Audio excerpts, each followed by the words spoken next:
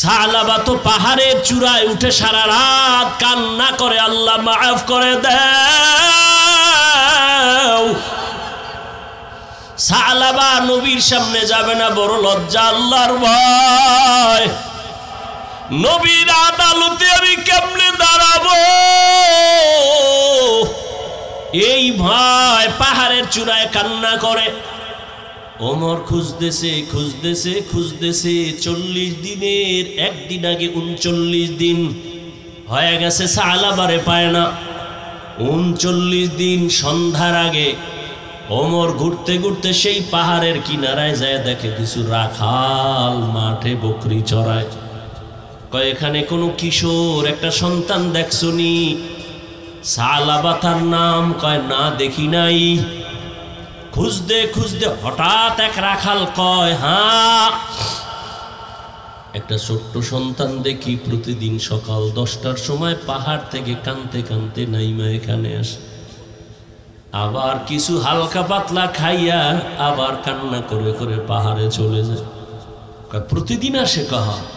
ওমর কয় তাহলে পাহাড়ে কই খুঁজবই, রাতের বেলা এখানে বসি, কালকে তো আসবেই। কাহা আসবে? কয় বসি। ওমরে ফারুক আরো কয়েকজন সাহাবা ওখানে বসলেন। বসার পরে ঠিক ওই 9টা-10টার সময় ওমর তাকায় দেখে ওই পাহাড় থেকে সালাবা কান্না করে করে নেমে আসতেছে। কিনারায় এসেই দেখে হযরত ওমর বসা, দেখা ভয়। কয় ভয় পায় না রে সালাবা, মায়ার নবীর চোখে পানি, তুমি কই?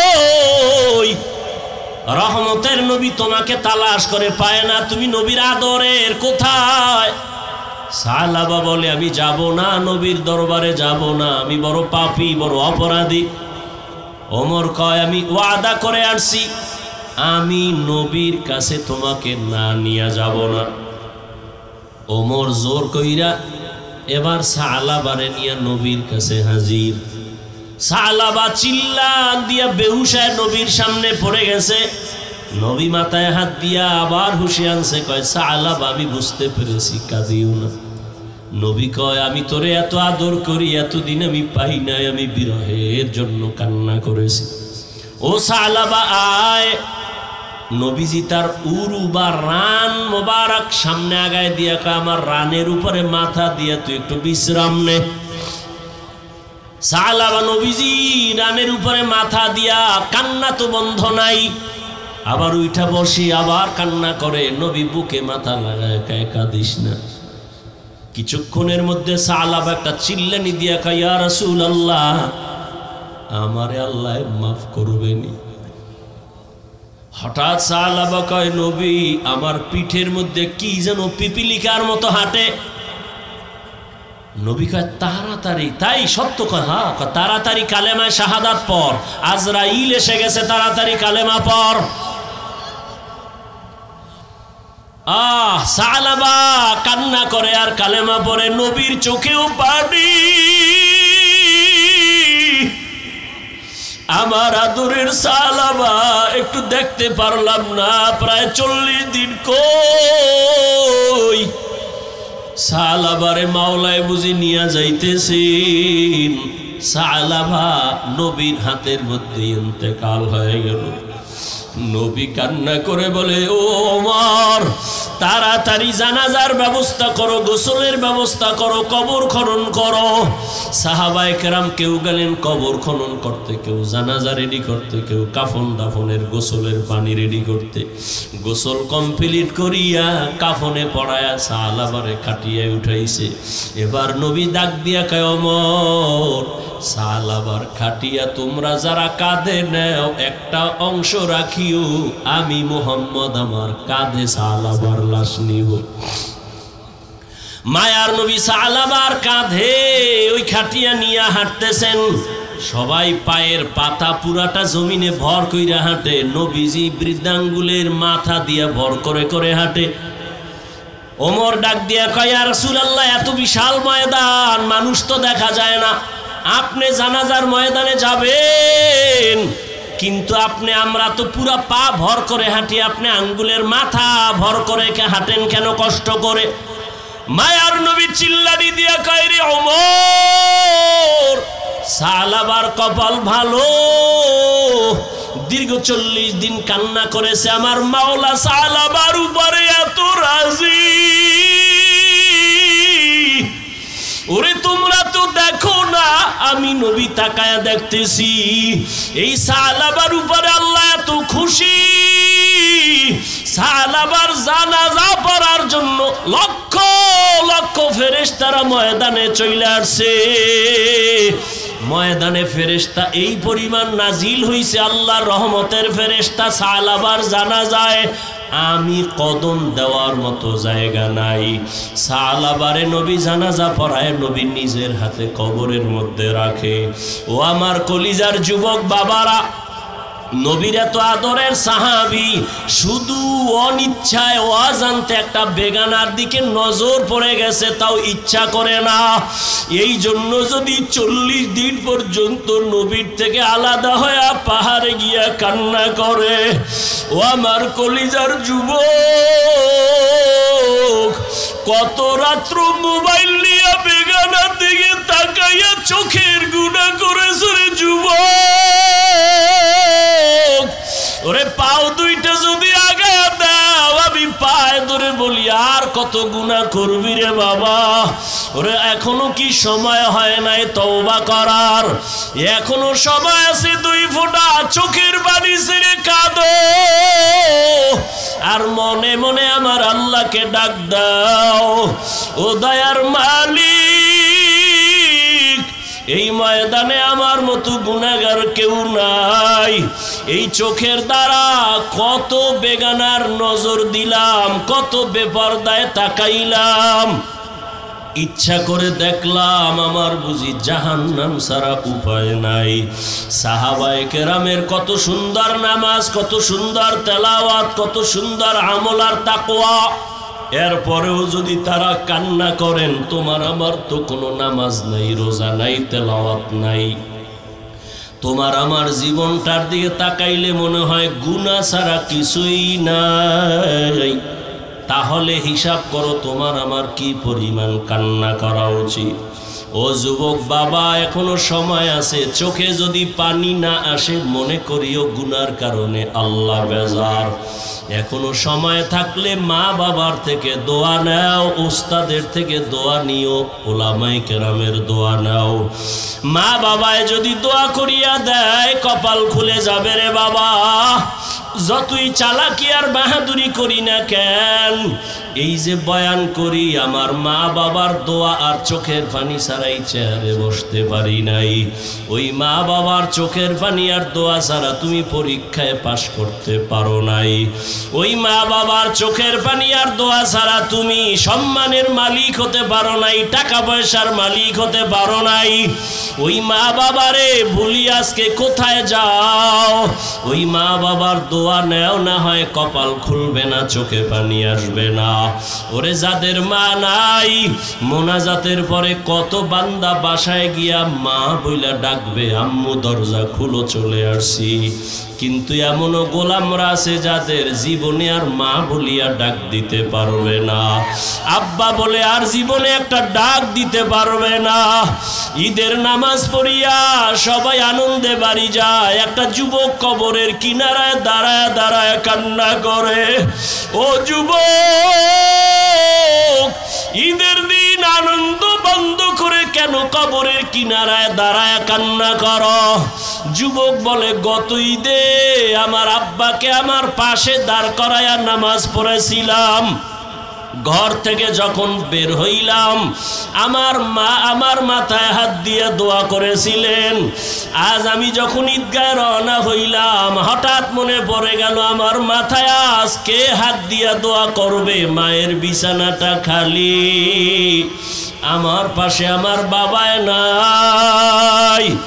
ও যুবক, ওই মা বাবা এত বড় রত্ন, যাদের নাই চোখের পানি পাঠায়া দাও।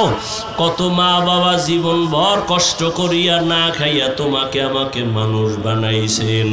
কোনদিন মা না খাইয়া বলে না বাবা আমি না খাই আসি, তোরে কেমনে খাওয়াবো, বরং মা গোপন কইরা আমারে খাওয়াইছেন। কত রাত মা ঘুমাইতে পারে নাই, কয়ের মনে চাইতো ফল খাবে, টাকার অভাবে আর খাইতে পারে নাই। বাবার মনে চাইতো ইলিশ মাছ কিনে খাবে, টাকার অভাবে আর খাইতে পারে নাই।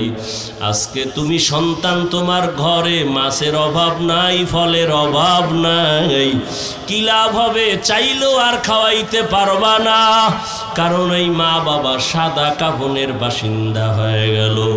ওই মা বাবারে ফল আর মাছ যদি দিতে নাও পারো, 2 ফোঁটা চোখের পানি পাঠাইয়া দাও। যদি কান্না না আসে, কান্নার চেষ্টা করো। কান্নাওয়ালা যদি কাউকে পাও, কলিজা বেরা দোয়া নিও, কান্নাওয়ালার দোয়া ফেরত যাবে না রে বাবা।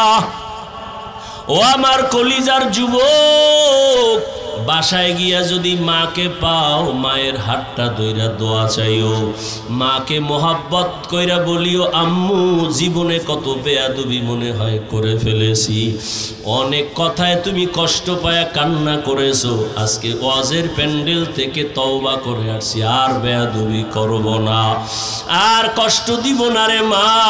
মোনাজাতে অনেক যুবকরা দেখলাম কান্না করে, আমার চোখে একটু পানি আসে নাই, মনে হয় আমার উপরে আল্লাহ বেজার, গুনাহের কারণে আল্লাহ বুঝি বেজার হয়ে গেছে। মা তুমি আমার মাথায় একটু হাত দিয়া দোয়া করে দাও।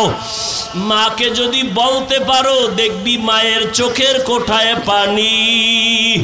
মা একটা চিৎকার দিয়া বলবে বাবা আয়, আল্লাহর কাছে হাত দিয়া মাথায় দোয়া করে বলবে ও আরশে আজিমের মালিক, আমার সন্তানটাকে কবুল করে নাও।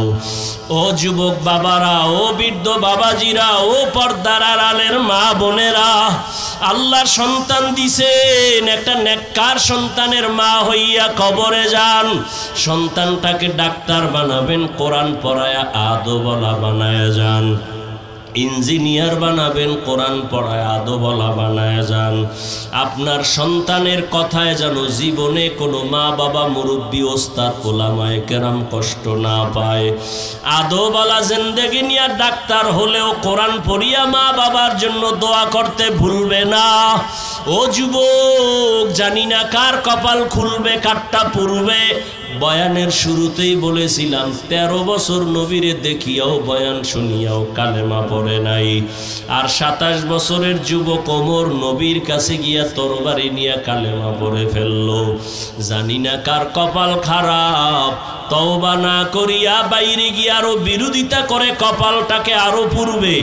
আর একদল ওমরের মতো মেজাজওয়ালা এখানেই বৈশা চোখের পানি যদি ছেড়ে দেয়, জানি না কার কপাল খুলে যাবে। মনে মনে বলবে হে মালিক, আর জীবনে গুনাহ করব না, নামাজ ছাড়ব না, দাড়ি কাটব না, বেপরদায় চলব না, মা বাবাকে কষ্ট দেব না।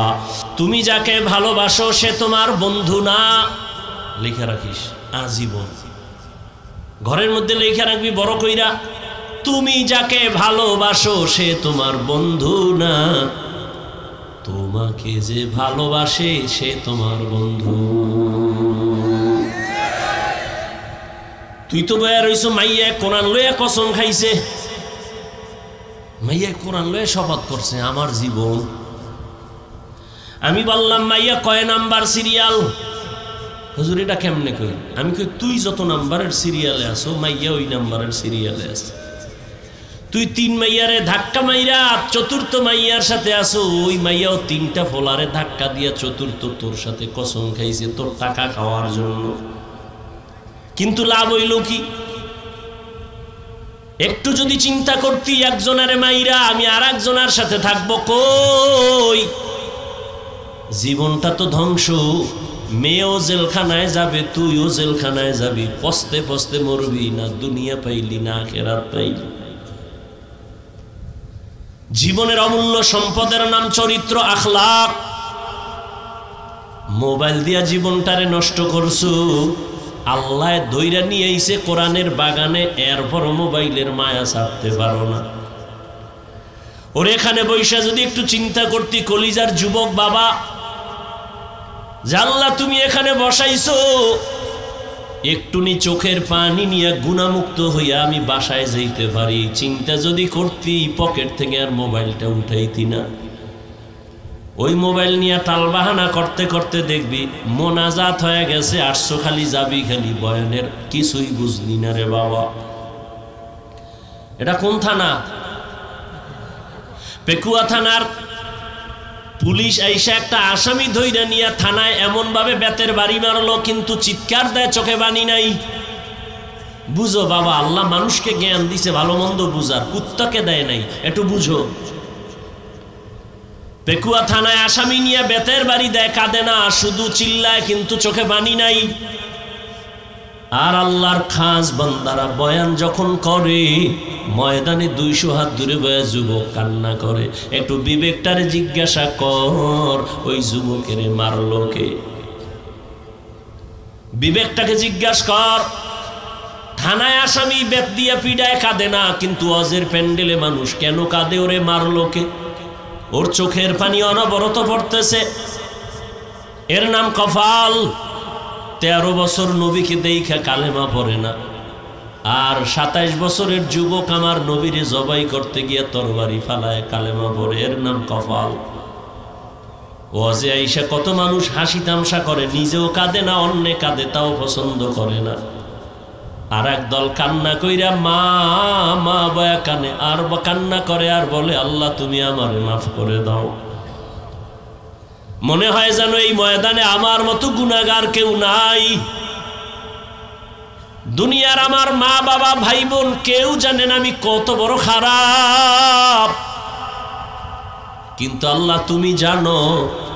আমার খারাপ অন্যায় খবরগুলো যদি মা টের পাইতো, কোনোদিন মা আমাকে আর দোয়া করতো না। আমার অন্যায়ের খবর যদি আমার সন্তান জানে, কোনোদিন আব্বু বলে ডাকবে না। কিন্তু আমার আল্লাহ কত দয়ার মালিক।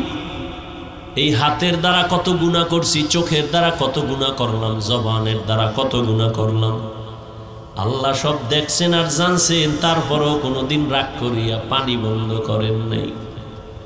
এই ঘুমের ঘরে কত মানুষ মরিয়া যায় না, যায় না? তুই মরবি না?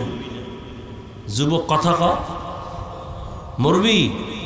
যদি এই চিন্তাটা করতি, তাহলে ঘুমের মধ্যে গানের তার কানের মধ্যে লাগাইয়া ঘুমাইতে পারতি না।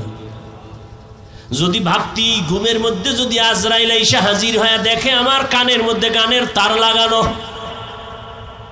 আমি তো মুসলমান, আমি আল্লাহর আদালতে কি জবাব দিব?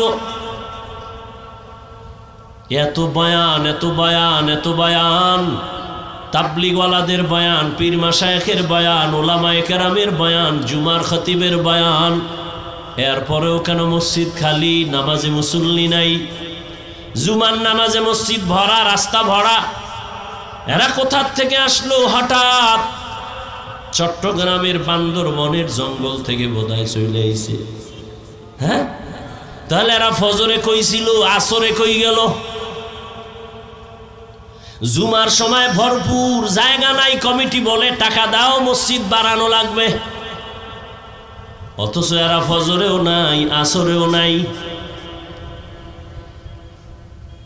আবার জুমায় আইসাও কপাল খারাপ, পুরা নামাজ পড়ে নাই। ইমাম বা খতিব সাহেব 2 রাকাত ফরজের সালাম ফিরানো মাত্র এমন জোরে দৌড় দিছে, বাসায় গিয়া দেখে আর একজনের জোতা নিয়ে হাজির। ধরা খাইলে কয় টেস্ট করলাম, ডোন্ট মাইন্ড। অথচ সমস্ত মুফতিয়ানে কেরাম একমত, খতিব বা ইমাম সাহেবের জুমার 2 রাকাত সালামের পরে 4 রাকাত নামাজ আছে সুন্নত, না পড়লে কবিরা গুনাহ হবে। যারা শুধু সালাম ফিরাইয়া ঘরে যাও, তুমি 2 রাকাতের সওয়াব আর 4 রাকাত না পড়ার কবিরা গুনাহ কাঁধে নিয়ে বাসায় যাও। কারণটা কি? 5 বেলার নামাজ না পড়ার অভিশাপ।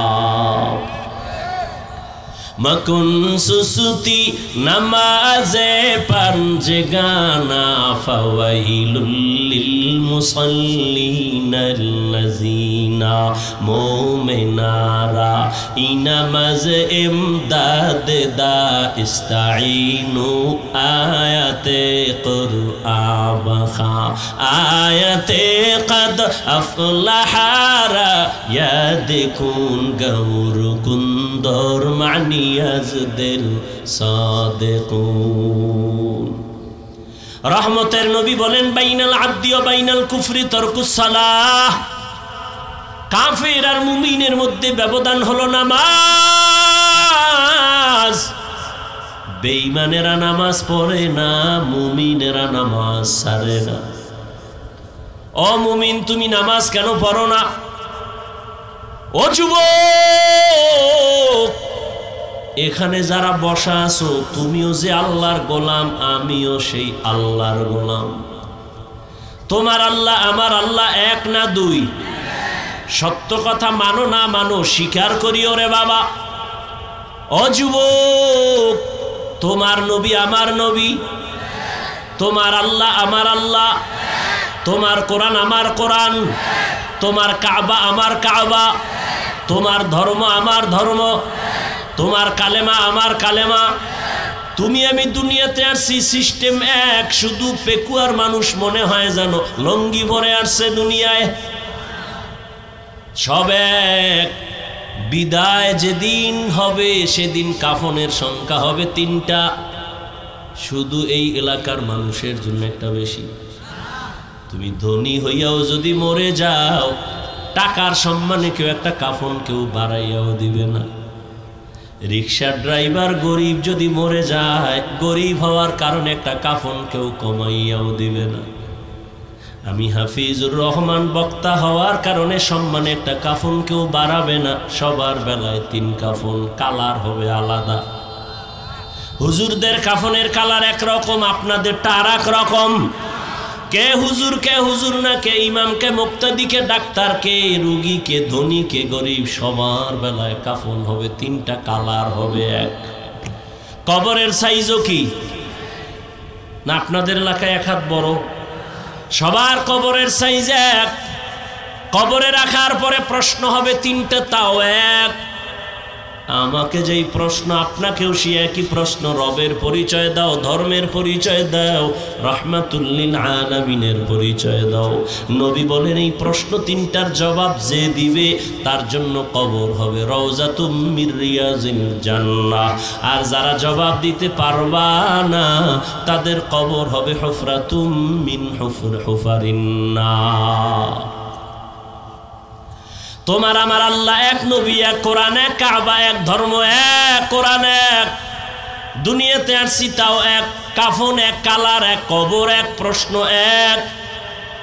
অথচ আমি টুপি মাথায় না দিলে লজ্জা পাই। আর তুমি কেমন মুসলমান যে টুপি দিতে তুমি লজ্জা পাও? আমি দাড়ি কাটতে লজ্জা পাই, আমার গলায় ছুরি লাগবে, দাড়ির মধ্যে ছুরি লাগবে না। অথচ তুমি দাড়ি রাখতে লজ্জা পাও। তুমি কেমন ভিআইপি মুসলমান? আমি মসজিদে না ঢুকলে লজ্জা পাই, তুমি মসজিদে ঢুকতে গেলে লজ্জা পাও। আমি পর্দা না করলে লজ্জা পাই, তুমি পর্দা করতে গেলে লজ্জা পাও। আমি হারাম খাইতে ভয় পাই, তুমি হারাম না খাইলে তোমার ভাল লাগে না। বুঝি না রে বাবা, আমরা কি ভুলে আসি না তোমরা ভুলে আসো তাও বুঝি না। না হয় এত বয়ানের পরেও কেন তুমি নামাজ পড়বা না? আমি কিন্তু এখানে একবারও বলি না এই সবাই স্কুল কলেজে তালা মার, মাদ্রাসায় আয়, হুজুর হ, হাতে তসবিহ ল, মাথায় পাগড়ি লাগা। একবারও বলি নাই, বলবো না। আমি হুজুর বানাইতে তোমাদের আসি নাই, বরং আমি তোমাদেরকে বলবো স্কুলে পড়ো ধন্যবাদ, কলেজে পড়ো আলহামদুলিল্লাহ, চাকরি করো আলহামদুলিল্লাহ, ব্যবসা করো বাধা নাই, ডাক্তার হও আলহামদুলিল্লাহ, ইঞ্জিনিয়ার হও আলহামদুলিল্লাহ, একজন প্রফেসর হও আলহামদুলিল্লাহ। অন্তর দিয়া দোয়া করে গেলাম। তবে দাবি আমার একটা, ডাক্তার হইও, ইঞ্জিনিয়ার হইও, প্রফেসর হইও, কিন্তু বেয়াদব হইও না। তোমার আচরণে কোনোদিন যেন মা বাবা কষ্ট না পায়। পায়ে হাত রেখে বলছি রে যুবক, তোমার ব্যবহারে কোনোদিন যেন উলামায়ে কেরাম কষ্ট না পায়। তোমার আচরণে কোনোদিন যেন তোমার শিক্ষক কষ্ট না পায়, মুরব্বী কষ্ট না পায়। ডাক্তার হইলেও যদি তুমি দোয়া নিয়ে হইতে পারো, তোমাকে সবাই মাথায় নিয়ে সম্মান করবে। আর যদি বেয়াদবি মেজাজ নিয়ে ডাক্তার হও, তাসলিমার মতো জুতা খাইয়া পালাইতে হবে। আদবওয়ালা জিন্দেগির বড় দাম। আল্লাহ বলেন জবানকে কন্ট্রোল করো। এই জবান এমন এক বড় নেয়ামত, যদি কন্ট্রোল করো, নবী বলেন আমি তোকে জান্নাতে নেওয়ার জিম্মা নিব। এ জবান এমন একটা নেয়ামত। খানা নিয়ে বসছো, খানার ভেতরে তুমি চোখ দিয়ে দেখলা কোনো ময়লা আসেনি, সব ফ্রেশ, কোনো ময়লা নাই। কিন্তু চিকন একটা চুলের মতো কি যেন আছে, চোখের রাডারে ধরা পড়ে নাই, জিহ্বায় দেওয়া মাত্র টের পাইছো একটা চুলের মতো কি যেন আছে ভাতের লোকমায়। চোখে যেটা ধরতে পারে না, জিহ্বা নামের রাডারে সেটা ধরা পড়ে গেছে। মাইকে কথা বলি, বিদ্যুতের বাতি জ্বলে, বিল দিতে হয়, চার্জ চলে যায়, মেশিন চলতেছে, বাতাস দেওয়া লাগে ফ্যান দিয়া, দীর্ঘ টাইম চললে গরম হয়, আগুন লাগবে। একবারও চিন্তা করছো নি জিহ্বা নামের মেশিনটা যে নড়াচড়া করে? দুনিয়াতে আসার থেকে জিহ্বা নামের মেশিন চালু, হাজার কোটি কোটি কথা সাপ্লাই হয়। দেখছো নি রে বাবা এই মেশিন কোথায় তৈরি হয়ে আছে? এই মেশিনের তেল পেট্রোল অকটেন কে দিতেছে? এত হাজার হাজার কোটি কথা বলতেছি, জিহ্বা নড়তেছে, জিহ্বা নড়তেছে, সেকেন্ডের কাটার চেয়েও বেশি। মাঝে মাঝে কথা বললে কপাল ব্যথা করে, গাল ব্যথা করে, ঠোঁট ব্যথা করে, কিন্তু আজও পর্যন্ত জিহ্বা ব্যথা করে নাই। ঘুমের মধ্যেও জিহ্বা চলে। কি ঘুমেই অনেকে কথা বলে না? ঘুমের ভেতরেও কথা বলে। জিহ্বা বড় একটা নেয়ামত। হাত অন্যায় করছে, হাতের তাড়াতাড়ি রশি দিয়া বাঁধো, অন্যায় বন্ধ। পায়ে যদি অন্যায় করে রশি দিয়া বাঁধো। কান অন্যায় কথা শুনে পট্টি লাগাও। চোখ যদি উল্টা পাল্টা দেখে কালো গ্লাস লাগায়া দাও। জিহ্বায় যদি অন্যায় করে এটারে কেমনে আটকাইবা? রশি দিয়া বাঁধা যাবে, কষ্টেপ লাগানো যাবে, সুপারগুলো লাগানো যাবে, একটা মুশকিল। হাত অন্যায় করে রশি লাগায়া বাঁধা যায়, কান অন্যায় করে পট্টি লাগানো যায়, চোখ অন্যায় করলে বাধা দেওয়া যায়। জিহ্বা যদি অন্যায় করে কেমনে আটকাই? আল্লাহ কয় এটা আটকানোর জন্য দুনিয়ার কোনো মেডিসিন দিলে হবে না, আমি কুদরতে একটা মেডিসিন দিলাম। ওই মেডিসিন যদি লাগায় দেয় জিহ্বা হেফাজত হবে।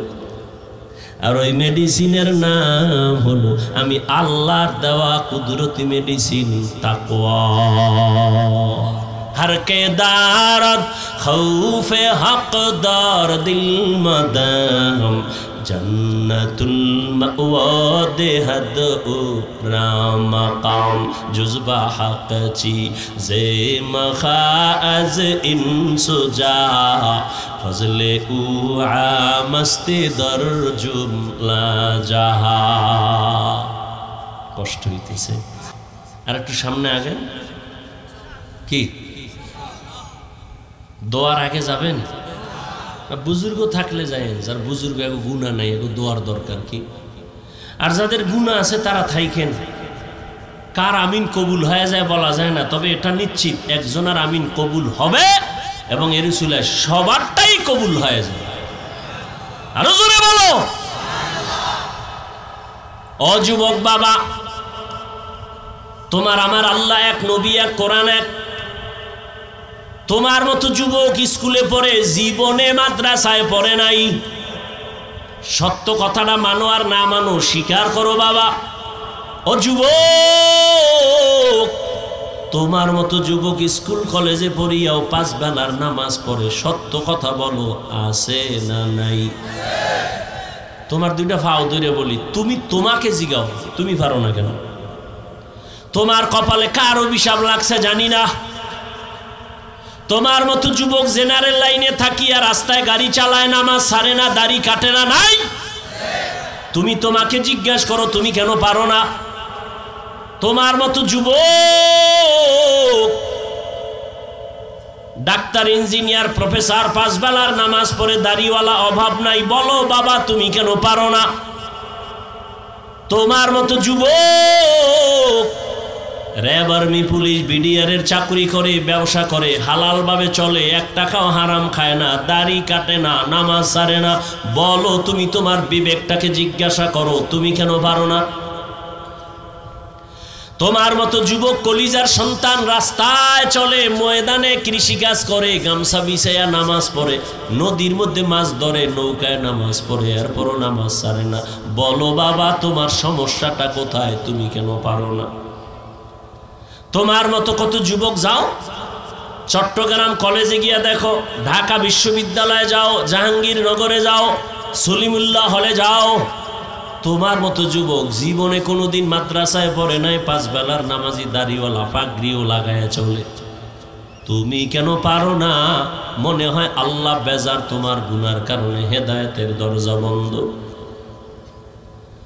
ও পর্দার আড়ালের আম্মা জানেরা, আপনাদের জীবনটা কতই যে ধন্য। আপনারা তো নবীদের মায়ের মতো দামি মা, সাহাবায়ে কেরামদের মতো দামি মায়ের মতো মা, আপনারা তো খাদিজা রাদিয়াল্লাহু তাআলা আনহার মতো নারী, ফাতেমা রাদিয়াল্লাহু আনহার মতো নারী, আয়েশা রাদিয়াল্লাহু তাআলা আনহার মতো নারী, ইসমাইল নবীর মা হাজেরা আলাইহা সালামের মতো দামি নারী, ঈসা নবীর মা মারিয়াম আলাইহা সালামের মতো দামি নারী। আপনারা তো ওই বেঈমান ফেরাউন, যেই ফেরাউন আল্লাহর সাথে গাদ্দারি করে নিজেরে খোদা দাবি করলো, অথচ তার ঘরে তার স্ত্রীর নাম কি? আসিয়া। এত বড় বেঈমানের ঘরে থেকে আমার মাওলার এমন পেয়ারা হয়ে গেল। রহমতের নবী বলেন, আসিয়ার সাথে জান্নাতে আমি মুহাম্মদের সাথে বিবাহ হবে। জিন্দেগি মে বন্দেগি তু করনা হে, जिंदगी में बंदगी तू करना है, जिंदगी बे बंदगी शर्मिंदा है, जिंदगी बे बंदगी शर्मिंदा है। যুবকেরা খারাপ লাগে? ওটা একতারা হইলে একটু মজা পাইতি না? এখন তো যুবক তো আপডেট হয়ে গেছে, হিন্দি গান সারা বাংলা শুনে না, মোবাইলে হিন্দি গান চালায় আর লাফায়। কি ব্যাপার, অর্থ জানুনি? আব্বাও জানে না, আমিও জানি না, লাফাও কেন? কয় মজা লাগে। दुनिया में हो दुनिया का तलबगार न हो, बाजार से गुजार हो खरीदार न हो, ये दुनिया एक मिसले कागज़ फूल है, ये दुनिया एक मिसले कागज़ फूल है, जिंदगी में बंदगी तू करना है, जिंदगी में बंदगी तू करना है, जिंदगी बे बंदगी शर्मिंदा है, जिंदगी बे बंदगी शर्मिंदा है। यहाँ हम सब मुसाफिर, दिल ना लगा, अहले दिल की नजर से रूह करता जा, शाह दौलत सब फकीर गर नेक ने है, शाह दौलत सब फकीर गर नेक ने है, जिंदगी में बंदगी तू करना है, जिंदगी शर्मिंदा है जिंदगी बे बंदगी शर्मिंदा है जिंदगी में बंदगी कुन बंदगी बंदगी बे जिंदगी शर्मिंदगी। একটা কেচ্ছা শোনাবো, বোবা বেরিয়েছে গা, কেচ্ছা শোনাবো। তোমরা না বলো হাফিজ ভাইয়ের অশ্বিনে লাভ, কিন্তু কেচ্ছা কাহিনীর ওয়াজ করে, কও না আম্মা, কও না? একটা কেচ্ছা শুনি, যেহেতু আমার এটার নাম কইছো, এটা একটা পরিচয় দেওয়া লাগে না, একটা কেচ্ছা শুনি। আর এটাও বলি, তুমি তো জাহেল, তোমার অন্তর নষ্ট, তোমার আব্বা আম্মার বরদোয়া লাগছে, না হয় তুমি আলেমের বিরোধিতা করার কোনো যৌক্তিকতা নাই, তোমার কোনো লাভ নেই। হাফিজুর রহমানের বিরোধিতা করলে একটা জ্ঞানী মানুষ বলো তো ইসলামের লাভ কি হবে? একজন লোক দাঁড়ায় বলো যে হাফিজ ভাই আপনার বিরুদ্ধে বললে ইসলামের একটা লাভ আছে, বলো তো হবে? আচ্ছা বাদ দিলাম, তোমার কোনো লাভ হবে? কেনই আকাম করো, বরং তোমার ক্ষতি হবে, কোনো লাভ নাই। আর একটা কথা বলে রাখি, পৃথিবীতে ওলামায়ে কেরাম সাক্ষী দিবেন, পৃথিবীতে শ্রেষ্ঠ কিচ্ছা কাহিনীর কিতাবের নাম কোরআন শরীফ। লেখে রাখো, কইছিলেন বোকা মানুষ, দুই একটা কথা কম লেখে রাখো। পৃথিবীতে শ্রেষ্ঠ কিচ্ছা কাহিনীর কিতাবের নাম কোরআন, দ্বিতীয় শ্রেষ্ঠ কিচ্ছা কাহিনীর কিতাবের নাম হলো হাদিস। এবার ওলামায়ে কেরাম একটু হাত জাগায় সবাই সাক্ষী দেন, কোরআন শরীফের মধ্যে বাঘের কিচ্ছা আসেনি? ওলামায়ে কেরাম কন্যা, হ্যাঁ গরুর কিচ্ছা আছে না? কোরআনের মধ্যে সাপের কিচ্ছা আছে, উটের কিচ্ছা আছে, হাতির কিচ্ছা আছে, মশার কিচ্ছা আছে, মাছির কিচ্ছা আছে, পিপিলিকার কিচ্ছা আছে, নাই? তাহলে পৃথিবীতে শ্রেষ্ঠ কিচ্ছা কাহিনীর কিতাবের নাম কোরআন। এরপরেও যদি দুই একটা আমরা বাহির থেকে কিচ্ছা বলি, সোনামন্দের গান গাই না, আমরা এমন কিছু আল্লাহওয়ালাদের কথা বলি যাদের কথা শুনলে মানুষের দিল নরম হয়, চোখে বানি আসে। আমরা তো ওই সমস্ত কিছু কথা বলি মানুষের দিলটা নরম হয়, চোখে বানি আসবে, এটা আল্লাহর বড় দয়া। চোখের পানি বড় একটা দামি সম্পদ। আল্লাহ কোরআনে বলেন ফালিয়াজহাকু কালিলা ওয়ালিয়াবকু কাসীরা, কম হাসো, বেশি বেশি কান্না করো। নূহ নবী এই পরিমাণ আল্লাহর কাছে কান্না করেছেন, আল্লাহ কান্নাওয়ালা নাম দিয়ে তারে ডাকছেন, তার আসল নাম ধরে ডাকেন নাই, তার নাম আব্দুল গফফার, কিন্তু আল্লাহ ডাকছেন ইয়া নূহ, মানি হে ক্রন্দনকারী আমার গোলাম। আল্লাহর কাছে কান্না বড় দামি, আরে দুনিয়ার কাছেও তো দামি। সন্তান যদি অন্যায় করে কান্না করে, আম্মু মাফ করে দাও, মায়ের দিলটার মধ্যে মায়া বাড়ে না কমে?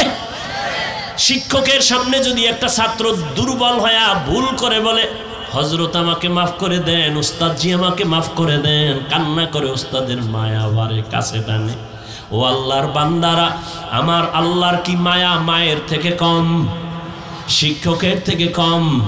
তাহলে একটা কান্না দেখলে যদি মায়ের মায়া বাড়ে, শিক্ষকের মায়া বাড়ে, বান্দা যদি কান্না করে বলে হে মালিক, আমার মতো গুনাহগার এই জমিনে কেউ নেই। ও আল্লাহ, আমি শয়তানের ধোকায় পড়ে কত নামাজ ছাড়ছি, কত দাড়ি কাটলাম, বেপরদায় চললাম। ও আল্লাহ, গুনাহ করতে করতে মনে হয় যেন আমার হাত না পাক, চোখ না পাক, জিহ্বা না পাক, অন্তর না পাক, আমি শয়তানের ধোকায় করছি, মাফ করে দাও, আর গুনাহ করব না। আমার মাওলার কি কান্না দেখলে দয়া হবে না? ওই কান্না বড় দামি সম্পদ। কোরআনের আয়াত কখন বলবো, ধৈর্য হবে কিনা জানি না রে যুবক। আল্লাহর আযাবের ভয়ে পাথর কাঁদে, কোরআনের আয়াত সুম্মা কাসাত কুলুবুকুম মিন বাদি যালিকা ফাহিয়া কাল হিজারা আও আশাদ্দু কাসওয়া ওয়া ইন্না মিনাল হিজারাতি লামা ইয়াতাফাজ্জারু মিনহুল আনহার ওয়া ইন্না মিনহা লামা ইয়াশাক্কাকু ফায়াখরুজু মিনহুল মা وإن منها لما يهبط من خشية الله وما الله بغافل عما تعملون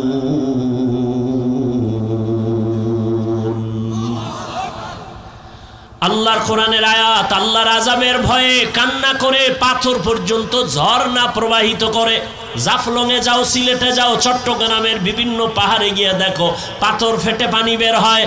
আল্লাহর কোরআন কয় ওরা পানি ফেলে না, ওরা কান্না করে আযাবের ভয়ে। কারণ আল্লাহ কোরআনে এক জায়গায় বলেছেন, ইয়া আইয়ুহাল্লাযীনা আমানু কু আনফুসাকুম ওয়া আহলিকুম নারা ওয়াকুদুহান নাসু ওয়াল হিজারা আলাইহা মালাইকাতুন গিলাযুন শিদাদুন লা ইয়াসুনাল্লাহা মা আমারাহুম ওয়া ইয়াফআলুনা মা ইউমারুন।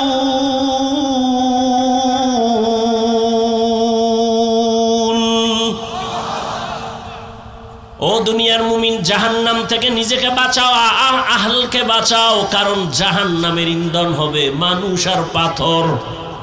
এজন্য পাথর কান্না করে। কোরআনের আয়াত, কিছু পাথর আছে ঝর্ণা বের করে দেয়, কান্না কান্না কান্না। আবার কিছু পাথর আছে টপ টপ করে পানি ভরে, ওটাও কান্না করে। আবার কিছু পাথর আছে আল্লাহর ভয়ে ফেটে যায়, লাভ দেয়। এমন ভাবে হয়ে যায় আল্লাহর ভয়, আল্লাহর ভয়। কিন্তু মানুষ কি, তোমার অন্তরটা পাথরের থেকেও কঠিন। আল্লাহর আযাবের ভয়ে যদি পাথর ঝর্ণা বের করে, পানি প্রবাহিত করে, টপ করিয়া পানি ফালায়, তোমার কেন দিলটা নরম হবে না?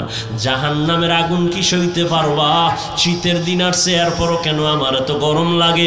দিনের বেলা সূর্য ছিল, গরম ছিল, রাতের বেলা সূর্য নাই, এরপরও কেন এত গরম লাগে? ফ্যানের বাতাস দিতে হয়। ও আল্লাহর গোলাম, একটা মশার কামড় দিলে রাতে আর ঘুম হয় না। ও বান্দা, আর কিয়ামতের দিন এই সূর্য থাকবে মাথার উপরে, কেমনে তুমি সূর্যের গরম সহ্য করবা? সূর্যের গরমে জমিনটা হয়ে যাবে তামা। গুনাহগার বেনামাজির মাথার মগজগুলো ভাতের মারির মতো টকবক করে ফুটবে, কেমন করে সহ্য করবা? জাহান্নামের আযাবের ভয়ে জান্নাতের টিকিট হাতে পাইয়া 10 জন সাহাবা কান্না কান্না কান্না। আবু বকরের কান্না সারা জীবন, ওমরের কান্না সারা জীবন। আবু বকর নামাজে দাঁড়ায় কাঁদেন। নবী বলেন, আমি আয়েশার হুজরায় রাতে ঘুমায় গেলাম। আমি যদিও ঘুমাই, চোখ আমার বন্ধ, তবে আমার অন্তর ঘুমায় না। হঠাৎ করে শুনি কান্নার আওয়াজ। আমার ঘুমের বিছানার পিছনেই তো, মাথার কিনারেই তো হলো মসজিদে নববী। কে কান্না করে? আমি ঘুম ভেঙ্গে উঠি, উঠা দেখি জান্নাতের 1 নম্বরের সাহাবী রাতের গভীরে নামাজে দাঁড়ায় আবু বকর কান্না করে। আমি জিজ্ঞাসা করলাম, হে আবু বকর, আপনি নামাজ?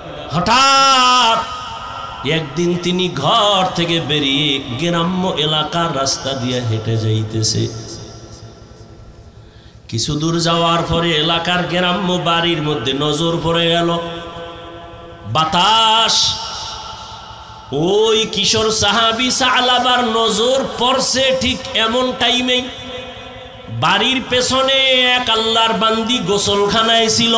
পর্দা টানায়া, পর্দা বাতাসে উড়ায় ফেলল। কিশোর সাহাবীর নজর ওই মহিলার দিকে পড়ে গেল।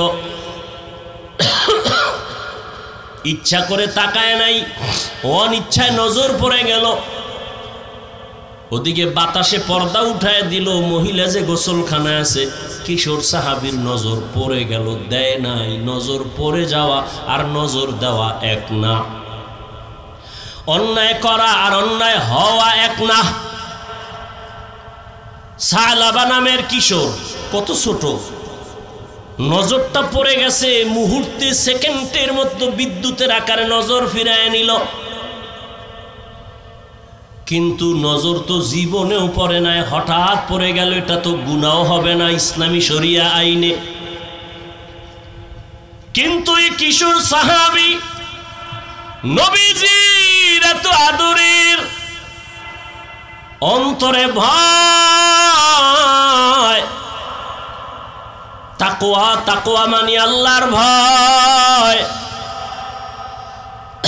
এমন ভাবে চাপলো নিজেরে বুঝাইতেছে কি হইল কি হইল, আরে যে জীবনে অন্যায় করেই না তার সামান্য একটু অন্যায় হইল বিশাল বড়। এমন ভাবে ভয় লাগছে অন্তরের মধ্যে, ভাবতেছে নবীর কাছে কেমনে যাই। নবীরে যদি জিব্রাইল আইসা জানায় দেয়, নবীকে যদি জিব্রাইল আইসা জানায় দেয় নবী আপনি কারে আদর করেন, ওই সালাবা তো বেগানার নজর লাগাইছে।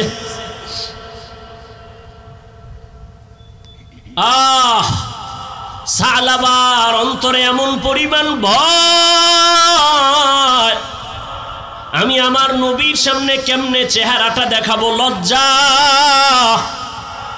জিব্রাইল আইসা যদি আল্লাহর থেকে যাই না আমার নবীরে জানায় সালাবা অন্যায় করেছে, গুনাহ করেছে, সালাবা নিয়ত করলো আমি আর নবীর সামনে যাব না, আমি নবীর সামনে কেমনে চেহারাটা দেখাবো, আমার অন্তরে বড় ভয়।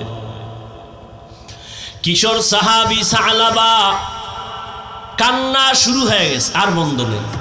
কান্না করতে করতে করতে করতে সামন দিকে যায়, যেদিকে যাওয়ার নিয়ত করছিল সেদিকের রাস্তাও বন্ধ কইরা পাহাড়ের দিকে রওনা। জঙ্গলে পাহাড়ে গিয়া ওখানে থাকে আর কান্না করে, গাছের পাতা চিরা চিরা চাবায় আর পেটের ক্ষুধা নিবারণ করে। নবীর কাছে যাব না, লজ্জায় কেমনে চেহারা দেখাবো, আমি তো বড় গুনাহ করে ফেলেছি। একদিন দুদিন তিন দিন এক মাস হয়ে গেছে, সালাবার খবর নাই। মায়ার নবী এত আদর করেন যারে, নবী কিছু বলে না, কিন্তু নামাজের কাতারে বারবার নজর ঘুরায় সালাবা কই। এক মাস যখন হয়ে গেল নবী কয় ও ওমর আমার সালাবারে দেখি না কোথায়, কয় কোথায় গেছে আমরাও দেখি না। নবী কয় ওমর তোমারে দায়িত্ব দিলাম, যাও আমার সালাবারে খুঁজে নিয়ে আসো। সালাবা তো পাহাড়ের চূড়ায় উঠে সারা রাত কান্না করে, আল্লাহ মাফ করে দাও। সালাবা নবীর সামনে যাবে না, বড় লজ্জা, আল্লাহর ভয়। নবীর আদালতে আমি কেমনে দাঁড়াবো, এই ভয় পাহাড়ের চূড়ায় কান্না করে। ওমর খুঁজতেছে খুঁজতেছে খুঁজতেছে, 40 দিনের একদিন আগে 39 দিন হয়ে গেছে, সালাবারে পায় না। 39 দিন সন্ধ্যার আগে ওমর ঘুরতে ঘুরতে সেই পাহাড়ের কিনারায় যায়, দেখে কিছু রাখাল মাঠে বকরি চড়ায়। কয় এখানে কোনো কিশোর একটা সন্তান দেখছনি? সালাবা তার নাম, কয় না দেখি নাই। খুঁজতে খুঁজতে হঠাৎ এক রাখাল কয় হ্যাঁ একটা ছোট্ট সন্তান দেখি প্রতিদিন সকাল 10টার সময় পাহাড় থেকে কানতে কানতে নাইমা এখানে আসে, আবার কিছু হালকা পাতলা খাইয়া আবার কান্না করে করে পাহাড়ে চলে যায়। কয় প্রতিদিন আসে? কহা। ওমর কয় তাহলে পাহাড়ে কই খুঁজবই, রাতের বেলা এখানে বসি, কালকে তো আসবেই। কাহা আসবে? কয় বসি। ওমরে ফারুক আরো কয়েকজন সাহাবা ওখানে বসলেন। বসার পরে ঠিক ওই 9টা 10টার সময় ওমর তাকায় দেখে ওই পাহাড় থেকে সালাবা কান্না করে করে নেমে আসতেছে। কিনারায় সেই দেখে হযরত ওমর বসা, দেখে ভয়, কয় ভয় পায় না রে সালাবা, মায়ার নবীর চোখে পানি, তুমি কই? রহমতের নবী তোমাকে তালাশ করে পায় না, তুমি নবীর আদরের কোথায়? সালাবা বলে আমি যাব না, নবীর দরবারে যাব না, আমি বড় পাপী, বড় অপরাধী।